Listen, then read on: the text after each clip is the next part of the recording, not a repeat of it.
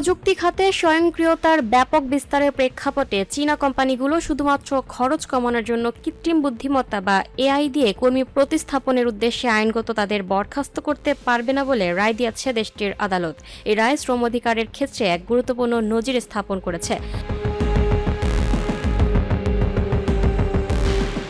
এআইয়ের মাধ্যমে কাজ স্বয়ংক্রিয় করা যেতে পারে এই যুক্তিতে একটি প্রযুক্তি সংস্থা একজন কর্মীর পদ পরিবর্তন করে তার বেতন ব্যাপকভাবে কমিয়ে দিয়েছিল, যা শেষ পর্যন্ত ওই কর্মীকে বরখাস্ত হওয়ার দিকে নিয়ে যায়। হাংজোয়ের আদালত একটি অবৈধ বরখাস্ত হিসেবে গণ্য হয়েছে।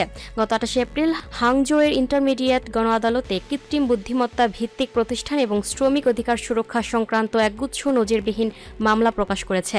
এর মধ্যে বহুল আলোচিত একটি মামলা ছিল এক প্রযুক্তি সংস্থা এবং ঝৌ পদবীর একজন কর্মচারীর মধ্যকার শ্রম বিরোধকে কেন্দ্র করে।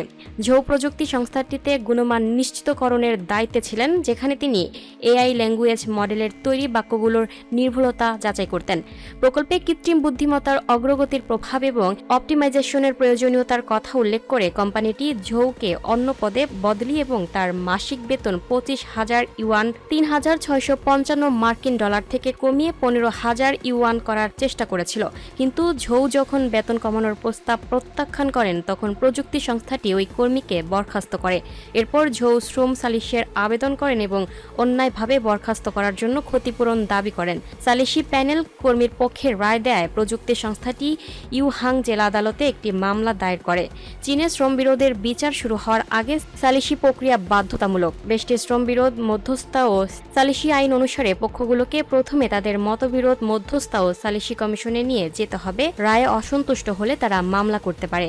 বিচার চলাকালীন ইউহাং জেলা আদালত উল্লেখ করেন, শুধুমাত্র এআই কম খরচে কাজটি সম্পন্ন করতে পারবে বলে কোনো কর্মীকে প্রতিস্থাপন করা, ব্যবসা বন্ধ বা দুর্বল ব্যবস্থাপনার মতো আইনত অনুমোদিত বরখাস্তের কারণগুলোর আওতায় পড়ে না। এছাড়াও আদালত দেখতে পায় যে এটি বস্তুনিষ্ঠ বড় পরিবর্তন এর আইনি মানদণ্ড পূরণ করেনি, যা একটি চুক্তি পূরণ করা অসম্ভব করে তোলে। যেহেতু প্রস্তাবিত নতুন পদে ওই কর্মীর বেতন অনেক কম ছিল, আদালত রায় দেন যে এটি যুক্তিসঙ্গত আলোচনার প্রস্তাব নয়। আদালত এই বরখাস্তকে অবৈধ ঘোষণা করে এবং কোম্পানিকে ক্ষতিপূরণ দেওয়ার নির্দেশ দেন। আপিলের পর হাংজো ইন্টারমিডিয়েট আদালত মূল রায়টি বহাল রাখে।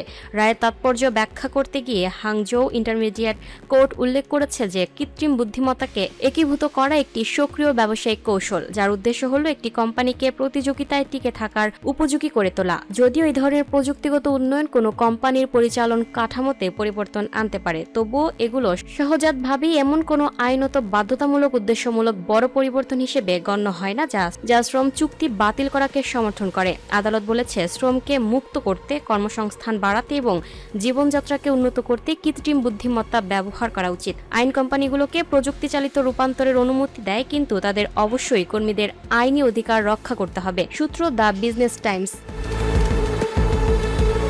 Lucky Akter, up to date news, Dhaka.